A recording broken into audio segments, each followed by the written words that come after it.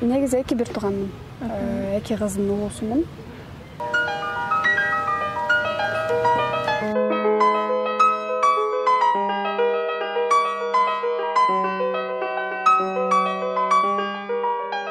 Тайнемдин колунда өскөнмүн. Ошол бала чак дегенде эле сразу ошо тайнем эске келет.